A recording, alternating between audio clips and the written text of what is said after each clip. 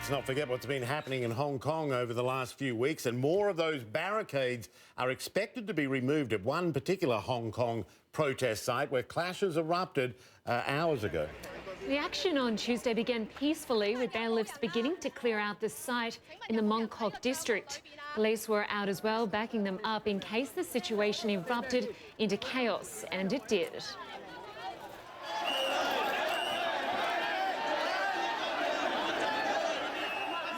Yeah, police using a form of pepper spray. They call it tear water. It's sort of watered down pepper spray, if you like, in a watery form. They used that on the crowds that were swelling on the streets of Hong Kong. You can see there out in force, pushing back that group of protesters that had gathered. Let's get more now on what's happening in Mong Kok. Andrew Stevens has been following developments for us all along now. Joins us once again live. Andrew, update us on what we're expected to see today and what's been the fallout from last night.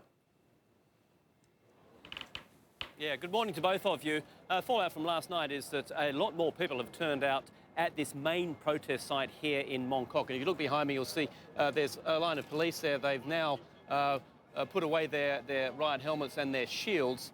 And if you look at all the exits leading off this main street, you will see quite a big police presence. I just want to take you for a walk actually along this street. This is, as I say, the main protest site. And what happened last night was unexpected, that we didn't think that there would be the confrontation there was. But what happened is, after that peaceful removal of tents and protests from a fairly small site, a lot of reinforcements arrived. A lot of students came in, a lot of people came in who were supporting the protesters. The numbers swelled and you started to get flashpoints. And as we walk along here now, you see a lot of people have been staying overnight. There are tents here. Remember, this protest site has been hit up now for something like 52 days. So it gives you an idea of just how entrenched many of these are. What's going to happen today is that the bailiffs are going to once again come in and start, first of all, declare that this is an illegal gathering and that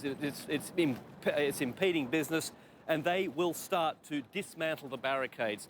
And if it's anything like yesterday, it will go very, very slowly and quite peacefully to begin with, but the crowds will swell and more people will join this, and that's when you start getting the confrontations. Guys. Andrew, some of those protesters are looking very relaxed there. I guess they're a bit worn out because this has been going on so long.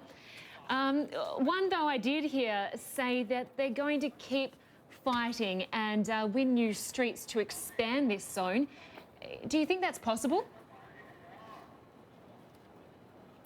I think it's a little bit more, if you can imagine, like a whack-a-mole game. The police come in, clear out a street, the protesters disperse and regroup in streets nearby. They don't leave, but they just regroup, which brings it to another interesting point, because this is all this clearance has been based on court injunctions, which have been applied for by businesses here who say they're hurting. So the court decides, yes, business is being hurt, you have to clear it out. But if the protesters gather somewhere else, theoretically another injunction is needed to get rid of them. So this one could go on for quite some time. The other important thing to remember too is this is not the main protest site here in Hong Kong.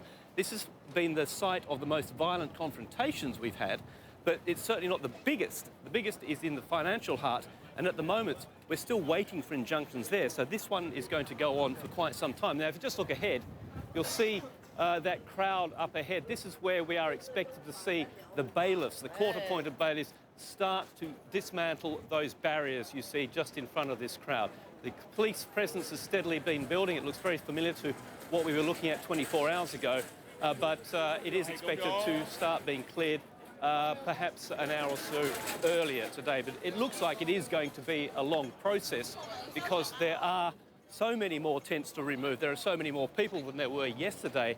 Remember, yesterday it started about 9:30 local time in the morning, and there was still violent confrontations 3-4 a.m. the following day. Back to you two. Yeah, a great report, Andrew. I mean, fascinating going on that little stroll right through. You really give us a sense of the situation there on the ground. That's great. And congratulations to your cameraman not falling over on that long walk. That was... With all those people laying in the street. Exactly. As you know, Scott is very used to doing this, guys. Oh, it's Scotty. All right. Well, that's good. I'm surprised he's on his feet at all. Andrew, thanks so much. Appreciate it. Andrew Stevens. That was fascinating. Get to walk right through the heart of the protest. We've had a few good walks today. Yes, Sarah Seidner as well. I'm exhausted. Yeah. Now, let's move on. Messages of concern and well wishes are pouring in from around the world for cricketer Phil Hughes.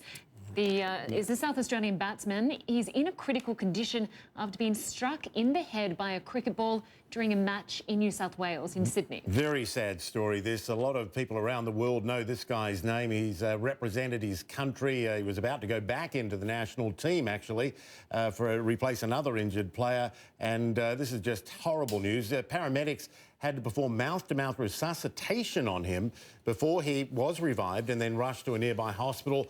On life support. A statement on behalf of the Hughes family says the outcome of emergency surgery won't be known for at least 24 to 48 hours. Not unusual with a head injury, and people around the world are going to be wishing him well. Yeah, hopefully he can make a full recovery.